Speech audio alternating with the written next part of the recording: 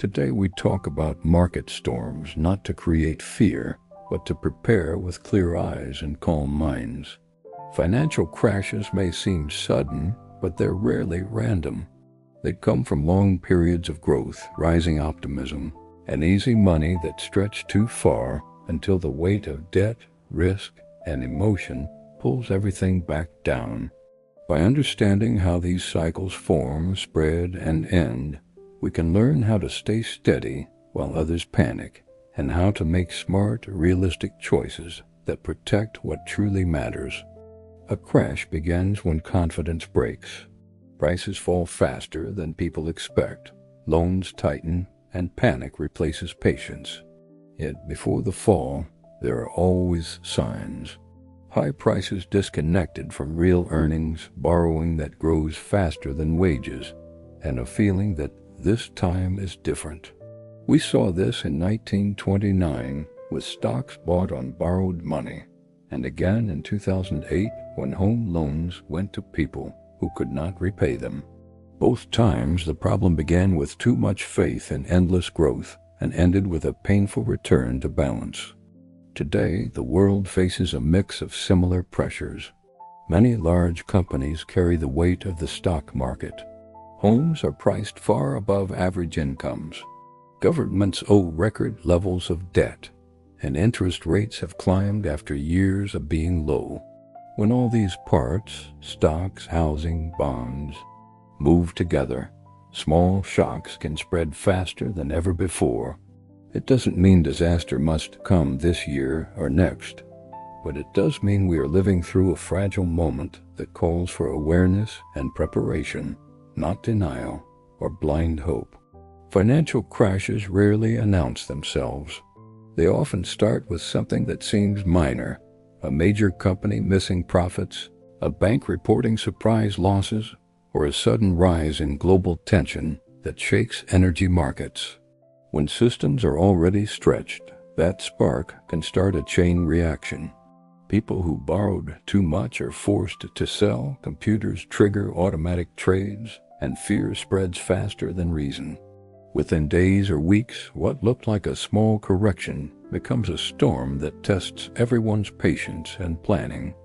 Part of what makes the current environment risky is how connected everything has become. When a few powerful companies make up a large share of the market, a fall in one can pull the rest down. When office buildings lose tenants and need refinancing at higher rates, regional banks feel the strain.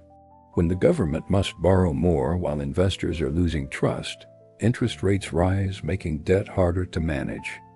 These links show how a modern crisis can grow across different parts of the economy at the same time, not to frighten us, but to help us see the importance of strong foundations. Numbers like price-to-earnings ratios or yield curves help us measure pressure points, but they can't tell us the exact moment a change will happen. The goal is not to predict a day or a month. It's to build habits that protect us no matter when the turn comes. Fear grows when people think they have no control, yet control begins with simple, steady actions that anyone can take. Start by building a safety buffer. Try to hold 3 to 6 months of expenses in cash or a savings account that's easy to reach. If your income changes from month to month, build toward 9 or even 12 months. This cushion gives you space to think clearly when others are forced to react fast. Next, look at your debts. Write them down from highest interest rate to lowest, and focus on paying off the most expensive first. If you must borrow, borrow small for short periods, and only for needs that create long-term value. Create a budget that can breathe, one that lists your must-pay costs like housing, food, utilities, and medicine, and separates them from the wants that can be paused if times get hard. Think about income as something you can diversify, just like investments. A small second stream, freelance work, online sales, tutoring, or local services can make a real difference when the main source slows. Keep your job skills sharp, update your resume, and learn one new skill a year that increases your value. The most resilient people are not those who predict the future, but those who stay useful no matter what changes. When it comes to investing, write simple rules you can follow even when emotions run high. Focus on broad, low-cost index funds that hold many companies. Spread your investments between stocks and bonds depending on your age and comfort with risk, and add small amounts regularly instead of trying to time the market. Avoid borrowing to invest. Avoid chasing hype. Rebalance once or twice a year and let time, not luck, do the work. For homeowners, buy for stability, not speculation. Choose a payment that fits one income instead of two. Keep money aside for taxes, repairs, and emergencies. If you start to struggle, talk to your lender early. Silence makes things worse. Honesty often leads to help. And remember, a home is shelter first, and investment second. If you run a small business, protect your cash flow as carefully as your sales. Keep 3 to 6 months of core costs saved. Know when your loans and leases reset. Talk with your bank before problems grow. Diversify customers so one slow payer doesn't break your chain. Cross-train your team so work continues smoothly. Write down what you'll do if revenue drops 10%, and again, if it drops 30%. Having that plan ahead of time gives you clarity when emotion clouds judgment. When markets fall, act slower, not faster. Take one clear action at a time. Check your bills, your savings, and your real needs before making big moves. Talk to lenders. Many will work with you if you call early. Keep paying essentials, housing, power, food, and minimum debts, and cut wants first. Hard times end, but good habits last forever. Money affects emotions as much as numbers. The market's rhythm often mirrors human behavior. Optimism rising, then turning to fear, then slowly back to hope. Recognize that cycle, and you free yourself from it. Limit how often you check headlines or stock prices. Set one time a week for updates and stay off the screen the rest of the time.